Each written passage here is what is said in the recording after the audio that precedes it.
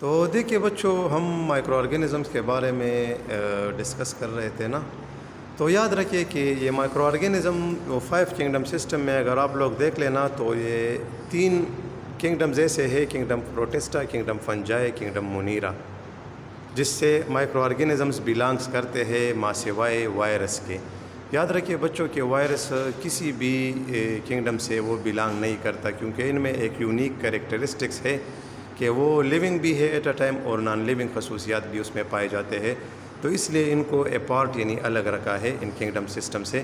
باقی جتنے بھی مائکرو آرگینزمس ہیں وہ ان 3 کنگڈمز میں سے کسی ایک سے ضرور بلانگ کرے گی. ٹھیک ہے. اس کے بعد آتے ہیں مین گروپس کے بارے میں پڑھنے.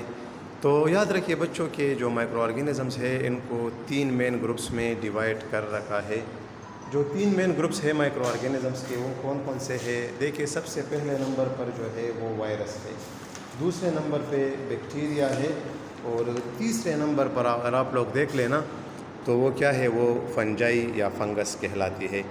یاد رکھیے بچوں کہ اس مائکرو آرگینزمس میں سب سے جو اسمالسٹ ہوتے ہیں وہ وائرس ہی ہوتے ہیں. ٹھیک ہے. اس کو میں فردرلی ایک ایک کر کے وہ ایکسپلین بھی کروں گا، لیکن صرف شارٹلی آپ لوگ اتنا یاد رکھیے کہ the smallest among all micro organisms they are virus. اور جتنے بھی وائرس ہے یاد رکھیے بچوں کہ جتنے بھی وائرس ہے ان میں کوئی بھی فائدہ مند وائرس نہیں ہوتا ہے. جتنے بھی وائرس ہے وہ سب کے سب نقصان دہ ہے.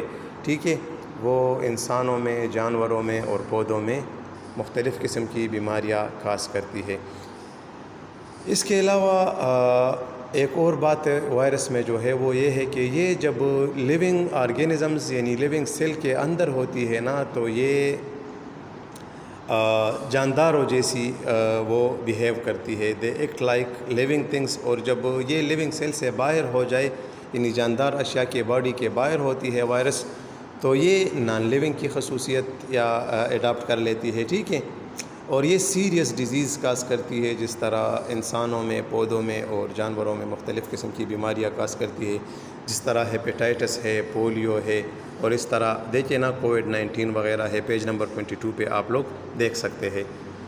اس کے بعد بیکٹیریا ہے. بیکٹیریا یہ بھی سنگل سیلڈ آرگینزم ہے. ٹھیک ہے. سنگل سیلڈ مین کہ ان کی جو باڈی ہوتی ہے they is composed of only 1 cell. ٹھیک ہے. یہ بھی ہر طرح کے انوائرمنٹ میں پائے جاتے ہیں. They are found in air, water, soil and inside living things.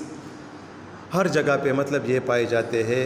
بعض بیکٹیریا ایسے ہوتے ہیں جو ہارمفل ہوتے ہیں یعنی نقصان دہ ہوتے ہیں، اور بعض بیکٹیریا ایسے ہیں جو فائدہ مند بھی ہے. یہ وائرس کی طرح سارے کا سارا نقصان دہ نہیں ہے، اس میں فائدہ مند بیکٹیریا بھی ہے. اور یہ مختلف قسم کی بیماریاں انسانوں میں کاز کرتی ہے، جس طرح نیمونیا ہے، ٹی بی ہے، ڈائریا ہے.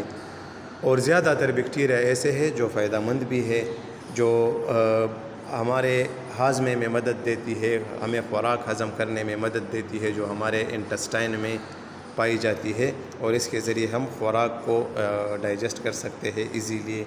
بعض بیکٹیریا ایسے ہیں جس سے مختلف قسم کے اینٹی بایوٹک یوز کرنے میں بھی استعمال ہوتی ہے. اور the third type of microorganism یا the third group of microorganism is fungi. Fungi are also simple organisms that are neither like plants nor like animals in their characteristics. Fungi وہ organisms ہے جو نہ تو پودوں کی طرح ہے اور نہ ہی جانوروں کی طرح ہے. ان کی خصوصیات میں اگر ہم دیکھ لینا، اس میں جو مین بات ہے وہ یہ ہے کہ they can not make their own food. دکھائی تو یہ پودوں کی طرح دے رہی ہے، جس طرح مطلب یہ مشروم وغیرہ ہے نا، یہ ملٹی سیلولر ہوتے ہیں، لیکن جس میں جو